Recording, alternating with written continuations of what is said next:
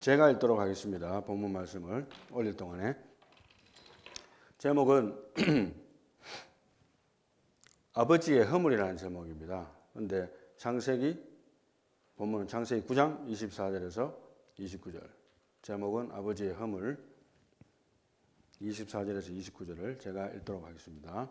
노아가 술이 깨어 그의 작은 아들이 자기에게 행한 일을 알고 이에 이르되 가나안은 저주를 받아 그의 형제의 종들의 종이 되기를 원하노라 하고 또 이르되 셈의 하나님 여호와를 찬송하리로다.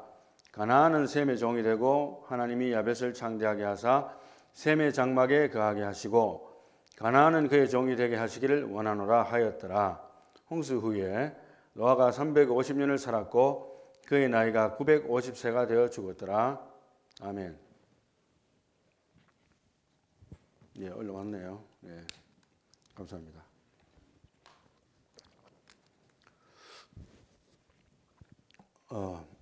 우리가 창세기를 계속하고 있었는데 지난번에 어머니 날에는 제가 리브가에 대해서 이야기를 했습니다만은 이번에는 제가 고민을 하려고 했는데 고민이 할 필요가 없어졌어요. 오늘 본문 말씀이 원래 하던 그 순서에 맞춰서 하다 보니까 아버지 날 설교에 딱 맞는 본문이 정해졌더라고요. 그렇게 해서 바꾸지 않고 그대로 연결해서 하면서 하겠습니다. 강해 설교는 단점보다는 장점이 많다 저는 그렇게 믿습니다.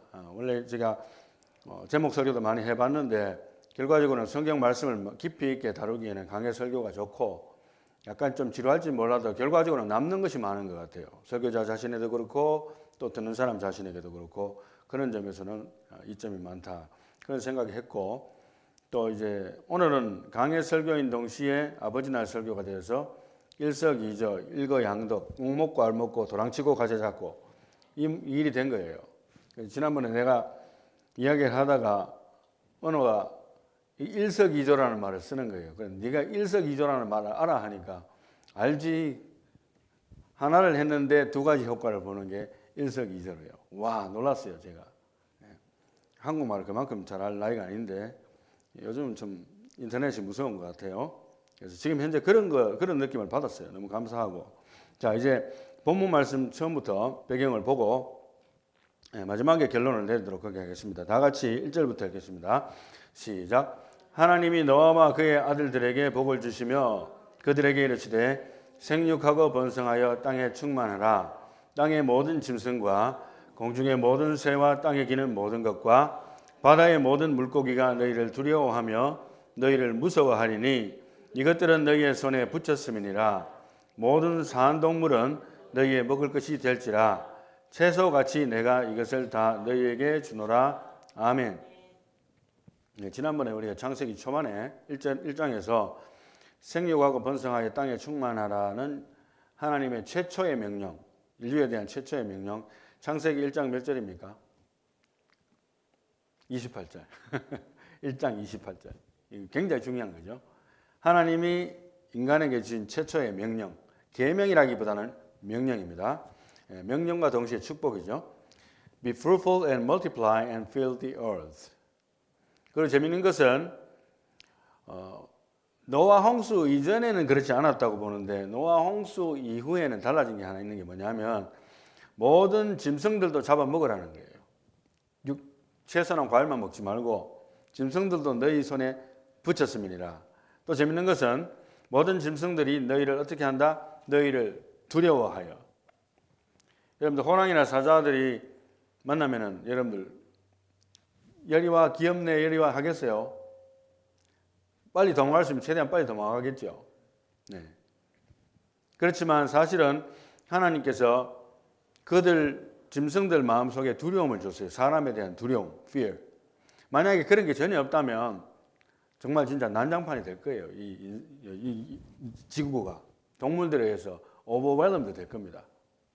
그런데도 하나님이 그 동물들에게 두려워하는 그런 마음을 주셨어요. 그걸 우리가 알고 있어야 되고 사람을 이제 잡아서 먹고 이게 다음에는 사람 맛을 알아서 이제 계속 공격하는데 더 쉬울지 몰라도 일단 기본적으로 동물이 사람을 두려워하게 하나님이 해놨다는 것을 여러분들이 인식을 해야 됩니다. 그럼 4절부터 다 같이 봅니다. 시작. 그러나 고기를 그 생명되는 핏째 먹지 말 것이니라. 내가 반드시 너희의 피 곧 너희의 생명의 피를 찾으리니 짐승이면 그 짐승에게서 사람이나 사람의 형제면 그에게서 그의 생명을 찾으리라. 아멘. 그렇게 하나님께서 경고하신 것은 피가 생명에 속하기 때문에 동물의 생명인 피를 같이 먹지 말라 이렇게 말씀하셨고요. 그 다음에 사람의 피는 사람을 죽이면 피를 흘리는 것은 하나님께서 반드시 그에 대한 보수를 한다는 것을 우리가 이해를 합니다. 자, 넘어갑니다. 6절 다 같이 봅니다. 시작. 다른 사람의 피를 흘리면 그 사람의 피도 흘릴 것이니 이는 하나님이 자기 형상대로 사람을 지으셨음이니라. 너희는 생육하고 번성하며 땅에 가득하여 그 중에서 번성하라 하였더라. 하나님이 노아와 그와 함께한 아들들에게 말씀하여 이르시되 내가 내 언약을 너희와 너희 후손과 너희와 함께한 모든 생물 곧 너희와 함께한 새와 가축과 땅의 모든 생물에게 세우리니 방주에서 나온 모든 것 곧 땅의 모든 짐승에게니라. 아멘.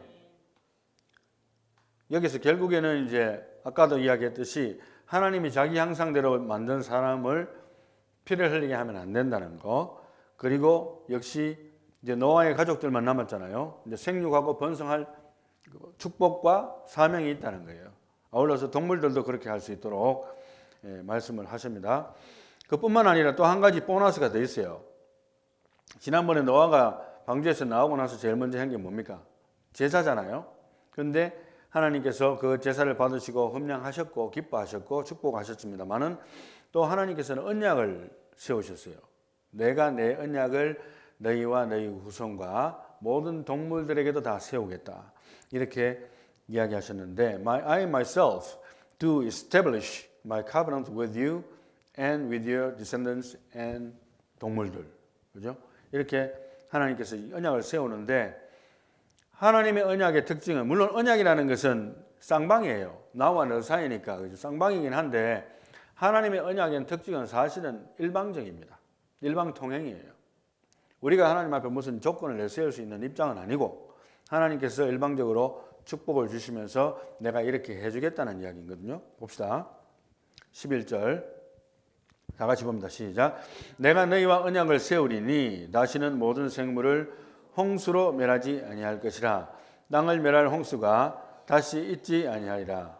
하나님이 이르시되 내가 나와 너희와 및 너희와 함께하는 모든 생물 사이에 대대로 영원히 세우는 언약의 증거는 이것이니라. 내가 내 무지개를 구름 속에 두었나니 이것이 나와 세상 사이의 언약의 증거니라. 내가 구름으로 땅을 덮을 때에 무지개가 구름 속에 나타나면 내가 나와 너희와 및 육체를 가진 모든 생물 사이에 내 언약을 기억하리니 다시는 물이 모든 육체를 멸하는 홍수가 되지 아니할지라. 아멘. 하나님께서 세워준 언약은 물론 홍수가 지금도 있잖아요. 있고 뭐 수천 명이 죽기도 하고 수백 명이 죽기도 하고 또 집도 떠내려가기도 하고 물난리가 나서 한동안 그 도시가 마비되기도 하고 뭐 그런 일들이 생깁니다. 그렇지만은 모든 지구를 다 덮든 홍수는 안 하겠다는 거예요. 그래서 모든 생명을 완전히 한꺼번에 다 죽는 그러한 노아의 홍수 같은 일은 두 번 다시 없을 것이다. 주님 오시는 그날까지 이게 이제 영원히 그것을 언약을 세우는데 그 증거도 너희들이 하는 것이 아니야. 너희들이 할 수 없으니까 내가 증거를 보여주는데 그것은 내가 무지개를 구름 속에 두었기 때문에. 제가 며칠 전에 집으로 이제 가는데 저녁이 조금 되면서 약간 햇볕이 아직도 나 있는데 요즘 해가 길잖아요. 어떤 사람이 뭐 이렇게 하늘 향해서 막 사진을 찍는 거예요. 보니까 무지개가 있어서 찍은 것 같더라고요. 그래서 보면 좀 멋있잖아요. 그래서 찍는 걸 봤는데 하나님께서 그렇게 무지개를 통해서 내 언약을 리마인딩 한다. 나와 너 사이에 그렇게 이야기를 하시고 내가 나와 너희와 및 육체를 가진 모든 생물 사이에 내 언약을 기억하겠다. 그를 통해서 말씀을 했습니다. 다음 16절 다 같이 봅니다. 시작. 무지개가 구름 사이에 있으리니 내가 보고 나 하나님과 모든 육체를 가진 땅의 모든 생물 사이에 영원한 언약을 기억하리라. 하나님이 노아에게 또 이르시되 내가 나와 땅에 있는 모든 생물 사이에 세운 언약의 증거가 이것이라 하셨더라. 방주에서 나온 노아의 아들들은 셈과 함과 야벳이며 함은 가나안의 아버지라. 노아의 이 세 아들로부터 사람들이 온 땅에 퍼지니라. 아멘. 결국에는 이제 노아의 가족을 통해서 다시 새 출발하는 거예요. 하나님께서 물갈이를 한번 하시고 완전히 새 출발을 하게 하십니다. 그렇지만 하나님께서 영원한 언약을 기억하실 필요가 있는 게 뭐냐 하면 극대노하실지라도 하나님께서 모든 사람을 다 싹쓸이 하는 일은 없도록 그렇게 스스로 리마인딩을 하시고 작정을 하셨습니다.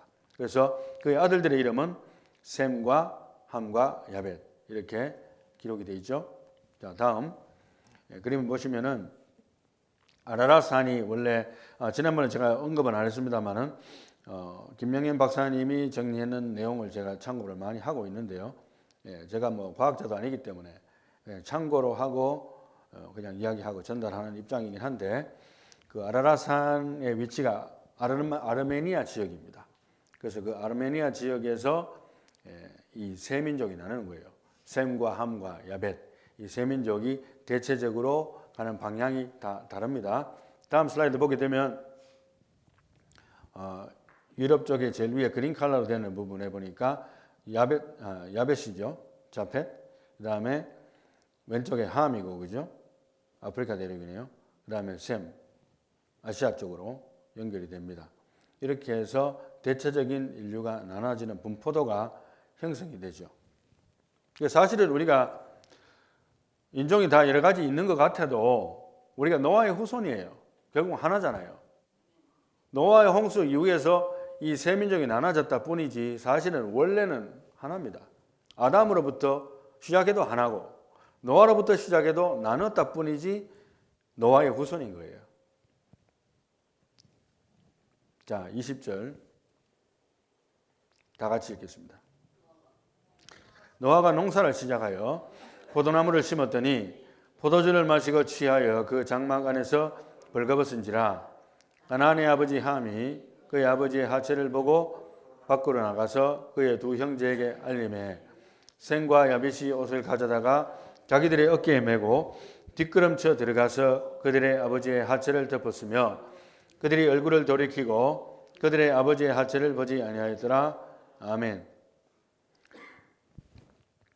노아가 농사를 시작했는데 농사의 메인 아이템이 포도나무였어요. 기가 막히게 아이템을 선정을 잘한 것 같은데 거기 포도가 잘 열렸던 모양입니다. 그래서 포도주를 마시고 취해서 뭐 그때 당시로는 뭐 율법이 정해진 시기는 아닙니다만 취해가지고 그 장막 안에서 옷을 다 벗은 거예요. 벗었는데 이제 가나안의 아버지 함이 그 아버지의 하체를 보고 이렇게 나왔죠. So the nakedness of his father. 제가 이제 하이라이트를 그린 컬러로 해서 구분을 했습니다. 여러분들 보시다시피 하체를 봤다는 것 자체까지는 뭡니까? 죄가 아니에요. 뭐 눈으로 있는데 보이는 거 어떡합니까? 길 가고 있는데 나처럼 누가 지나가는 거 내가 봤어요. 어떡합니까? 내가 눈이 있는데 봐야지.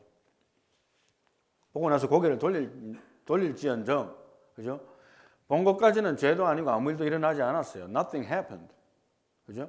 그런데 이제 제가 그 뒤에 문구를 블루 컬러로 하이라이트를 해놨는데 밖으로 나가서 그의 두 형제에게 알림해. 이제 여기서부터 문제가 생긴 겁니다. 함이 그것을 보고 뭐 알아서 덮는다든지 아니면 아무 말을 안 한다든지 이렇게 했으면 되는데 이 입이 문제인 거예요. 이 입이. 그래서 밖으로 나가서 그의 두 형제에게 이 사실을 이야기한 거예요. 그러니까 좋게 이야기했다고 생각되지는 않습니다.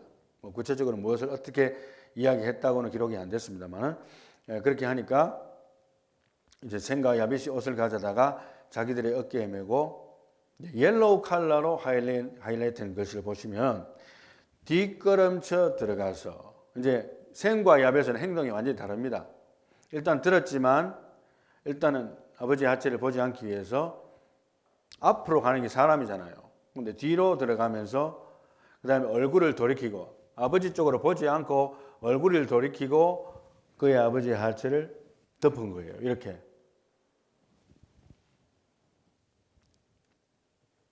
그 내용들이 자세하게 액션이 기록이 되어 있습니다.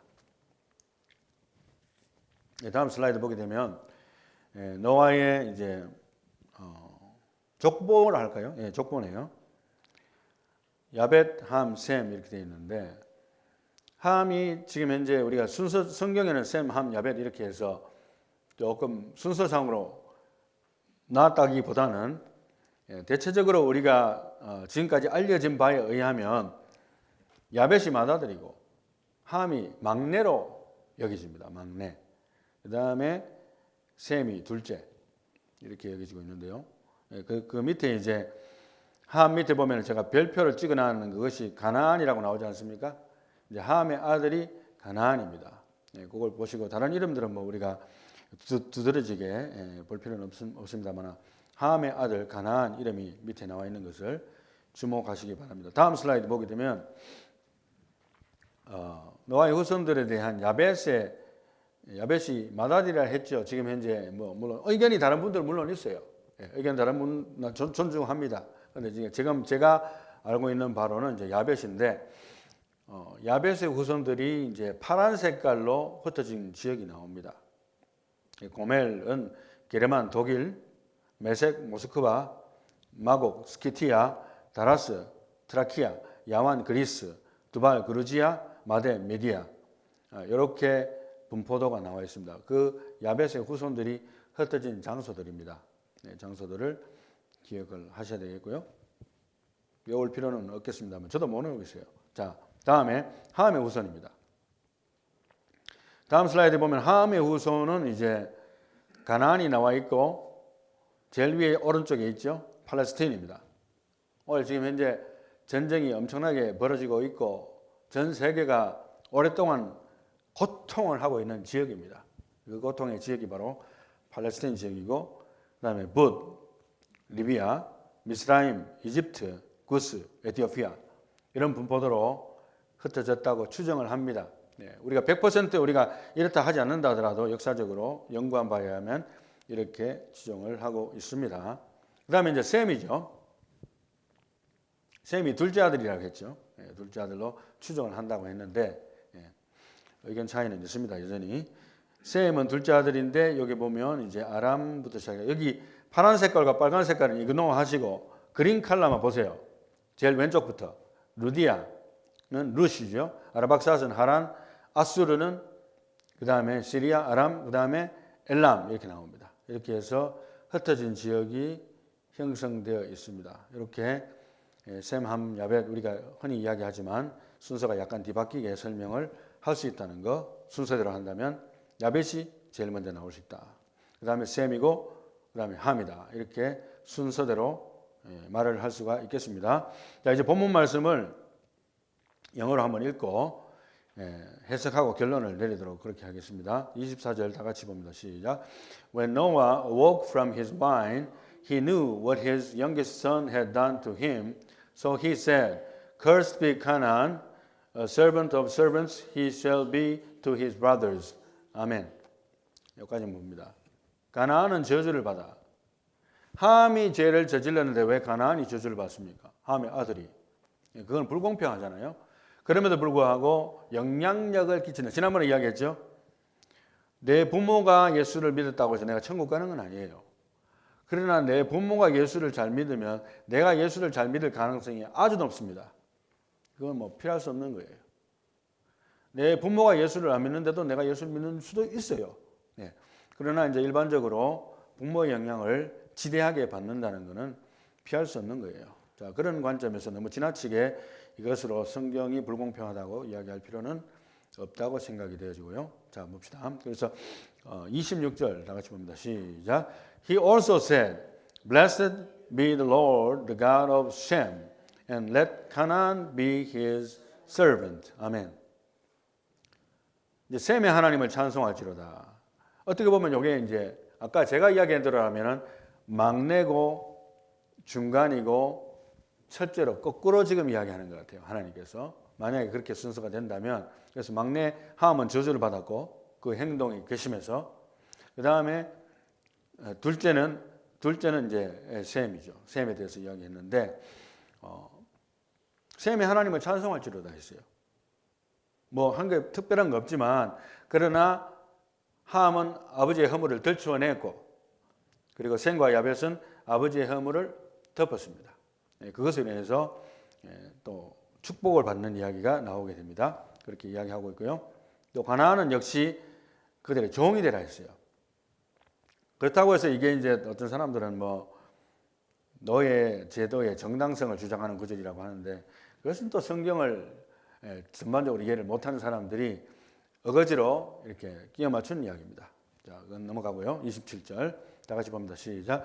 May God enlarge Jabez and let him dwell in the tents of Shem and let Canaan be his servant. 아멘.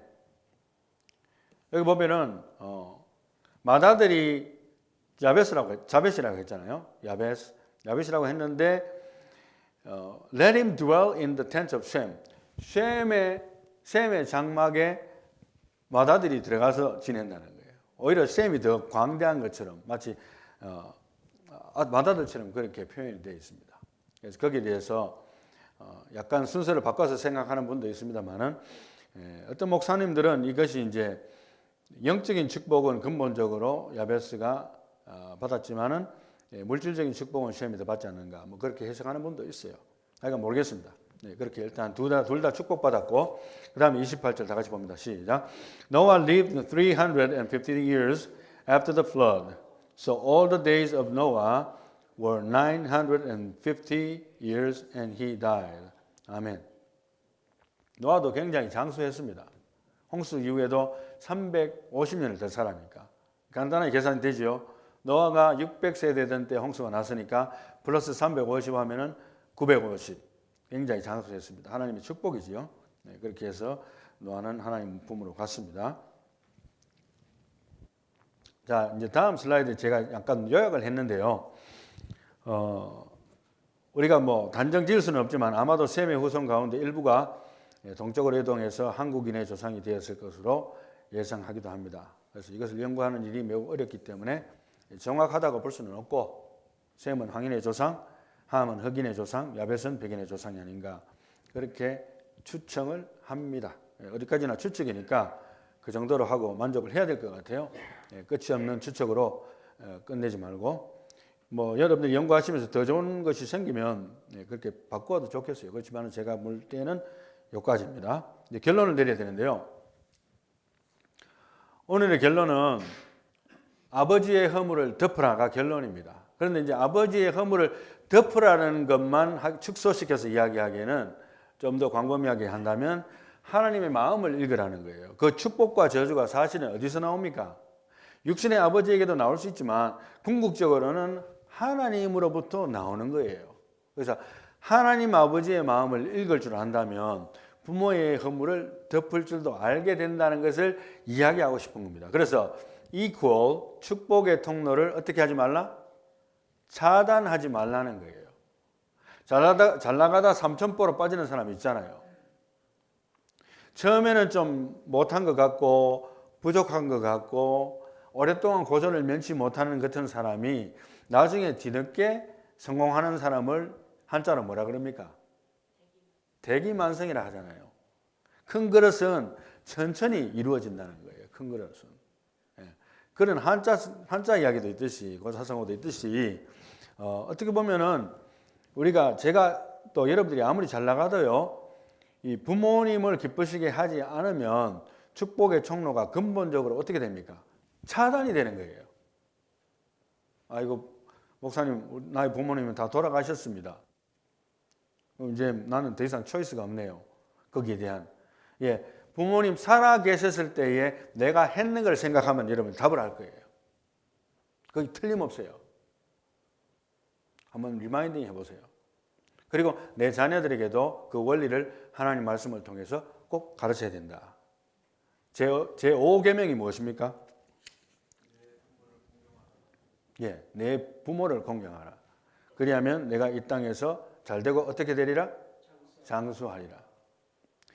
잘 되는 것만 하고 장수 못하면 좀 아쉽잖아요. 이 세상에서는. 물론 천국 가면 더 좋습니다. 우리가 그거는 부인할 수 없는 사실이에요. 그렇지만은 어느 정도 살다 간다는 것도 괜찮아요. 왜냐하면 내가 50대에 죽어버리는 것과 40대에 죽어버리는 것과 7, 80이 죽는 건 달라요. 지금 현재 우리 나이대에 이야기한다면 다르잖아요. 그래서 축복의 통로를 차단하지 말라. 그 다음에 축복의 기초를 유지하라고 또 동일하게 이야기했는데 결국 같은 이야기입니다. 물론 우리가 예수 믿어서 천국 가는 복은 예수님만 믿으면 다른 어떤 조건도 필요 없이 천국 갑니다. 다른 어떤 조건도 필요 없이. 그러나 우리가 살았을 동안에 하나님의 축복을 또 그 기초를 파운데이션을 유지하는 방법은 부모에게 기쁘게 하는 것이 일단 가장 기초적이고 약속이 있는 첫 계명이에요. 얼마나 감사합니까?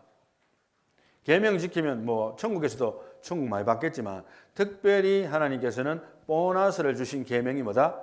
5 번째 계명입니다. 부모를 공경하라. 그래서 축복과 저주가 어디에 걸리는가 하면 부모의 허물에 대한 나의 태도에 달려 있다. 부모의 허물뿐만 아니라 모든 나의 부모에 대한 나의 태도에 달려 있는 거예요. 특별히 부모 허물에 대해서. 왜? 부모의 장점을 칭찬하는 일은 어떻게 보면 누구나 할 수 있을 수 있어요. 너무 훌륭한 부모님이면 장점이 보인다면 뭐 어렵지 않잖아요.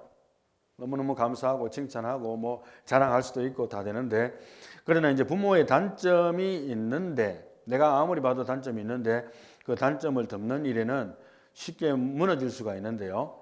잘 되면 내 탓이고 안 되면 부모 탓이라는, 조상 탓이라는 말이 거기서 나온 거예요. 부모 잘못 만나가 내가 이래 됐다는 거예요. 입을 닫아야 돼. 입을 닫아요, 그 사람은. 거기서부터 벌써 그 말에서 축복이 딱 차단됩니다. 하나님은 그냥 만월이 여기심을 당하지 않는 하나님이거든요. 계명대로 그대로 합니다. 천국 가는 것은 둘째치고라도 이 땅에 있을 때에는 믿는 자나 안 믿는 자나 계명대로입니다. 축복이 차단돼 버려요. 하나님은 우리의 축복의 열쇠를 부모에게 적어도 90% 이상 맡기셨다고 봅니다. 물론 뭐 예외가 있겠죠. 어떤 사람은 부모로부터 학대받고 무시당하고 쫓겨나고 뭐 이런, 물론 그런 경우도 있을 수는 있습니다. 그러나 대부분의 경우 하나님께서는 축복의 열쇠를 부모에게 맡기셨다. 그러니까 오늘 함의 그 결정적인 잘못은 아까 전에 이야기했습니다만 다시 한번 정리하자면, 부모님의 하체를 본 것은 전혀 문제가 되지 않았어요. 눈이 있는데 봤는데 어떡하겠어요, 그죠? 그것이 그의 잘못이 아니고 그 본 것을, 그의 허물을, 부모의 허물을 광고한 거예요. 물론 노아가 술 취해서 이제 옷 벗고 누운 것도 좀 문제는 될 수 있습니다만은 하나님 입장에서는 그것은 허물이지 죄가 아니거든요. 예, 허물과 죄를 좀 구별할 필요가 있어요.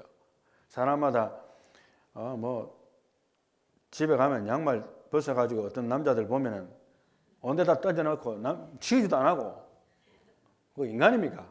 그렇지만 그건 허물이에요. 그건 허물이라고. 죄는 아니잖아요. 노아가 술을 먹고 술이 취해가지고 나체로 누워서 있었다. 그거는 허물이지 죄는 아닌 거예요. 궁극적으로 하면. 그 허물을 광고를 해버린 거예요. 광고를. 거기서 바로 축복이 차단되었고, 축복 차단된 정도가 아니고 어떻게 됐습니까? 저주를 받았어요. 종들의 종이 되기를 원한다 해버렸어요. 부모로부터는 마음 말이지만 하나님이 그대로 시행했다고 봅니다. 인류 역사를 보게 되면. 안타까운 일이죠. 야벳과 그의 동생 셈의 축복의 원인은 무엇입니까? 어떻게 보면 별로 한 거 없어요. 이 사람들이 한 것이라고는 부모의 하체를 의도적으로 보지 않으려고 허물을 덮기 위해서 뒷걸음질 가면서 고개를 돌리고 옷으로 아버지의 하체를 덮었습니다. 그리고 보지 않고 그대로 나왔어요. 그것밖에 없잖아요. 그러나 그 마음이 얼마나 기특합니까? 부모에 대한 그 공경하는 마음이 얼마나 기특할까요? 부모의 허물을 덮은 그 행동들이 하나님 보시기에 축복의 통로를 열어주는 역할을 한 거예요. 할렐루야. 그래서 결론적으로 말하면 나는 남의 허물, 특별히 나의 부모의 허물을 광고하는 자인가 아니면 덮는 자인가. 그리고 꼭 제가 강조드리고 싶은 것은 성경적으로 보면 우리가 좀 광범위하게 생각을 해야 되거든요. 성경적으로 보면 광범위하게 생각하면 나의 부모는 시부모님도 되고 그 다음에 장인 장모님도 됩니다. 일단 법적으로 우리가 그렇게 결혼하면서 와이프의 부모님 또 남편의 부모님 물론 뭐 서로 갈등이 있을 수는 있겠죠. 그렇지만은 내가 그들의 허물을 광고하는 자인가 아니면은 덮는 자인가 거기에 따라서 뭐가 걸려 있다? 나의 축복이 걸려 있다는 겁니다. 할렐루야. 이거를 가르쳐 줘야 돼요. 여러분들 직장에 가면 직장 상사 있잖아요. 직장 상사. 물론 뭐 내보다 어린 사람도 있을 수 있고 내보다 공부도 못하는 사람도 있을 수 있고 그죠? 또 성격이 개팍한 사람도 있을 수 있고 까다로운 사람도 있는데 내가 어떤 직장에 가게 되면 내가 목사이지 않습니까? 목사인데 내가 어떤 직장에서 직장 생활을 하게 됐어요. 저는 텐트 메이커이기 때문에 일을 하면서 목회를 지금도 하고 있고 뭐 앞으로도 어느 정도는 해야 돼요. 그런 입장에서 제가 어떤 직장을 가게 됐다 칩시다. 그런데 내가 목사기 때문에 나 당신 말 들을 필요 없어. 그럼 그 직장 나가야죠. 뭐. 직장의 상사가 영적으로는 어떤 의미에서 하나님이 내게 주신 부모 역할을 하는 거예요.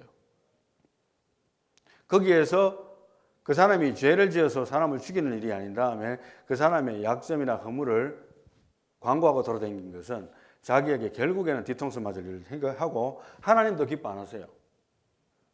가십을 만드는 거. 그 모든 것을 통솔하고 학생이면 학교 가면은 부모가 누굽니까? 학교에. 학교 선생님이 부모예요. 선생님 말씀 안 듣는 인간은 축복 못 받아요. 똑같은 겁니다.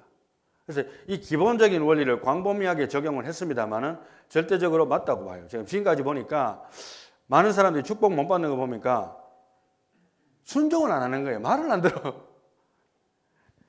A라고 지시했는데 B로 가는 거예요. 청개구리, 청개구리. 아무리 훌륭해도 복이 안 와요. 그래서 나는 남의 허물, 특별히 나의 부모, 나의 직장 상사, 나의 선생님, 나의 상관, 나에게 주어진 부모 역할을 하는 자에게 내가 그 허물을 광고하는 자이가 아니면 덮는 자인가에 따라서 우리의 미래가 결정된다. 이것을 명심하시고 하나님의 축복의 통로를 차단하지 말고 듬뿍 받으시는 저와 여러분들이 다 되시기를 예수님의 이름으로 축원합니다.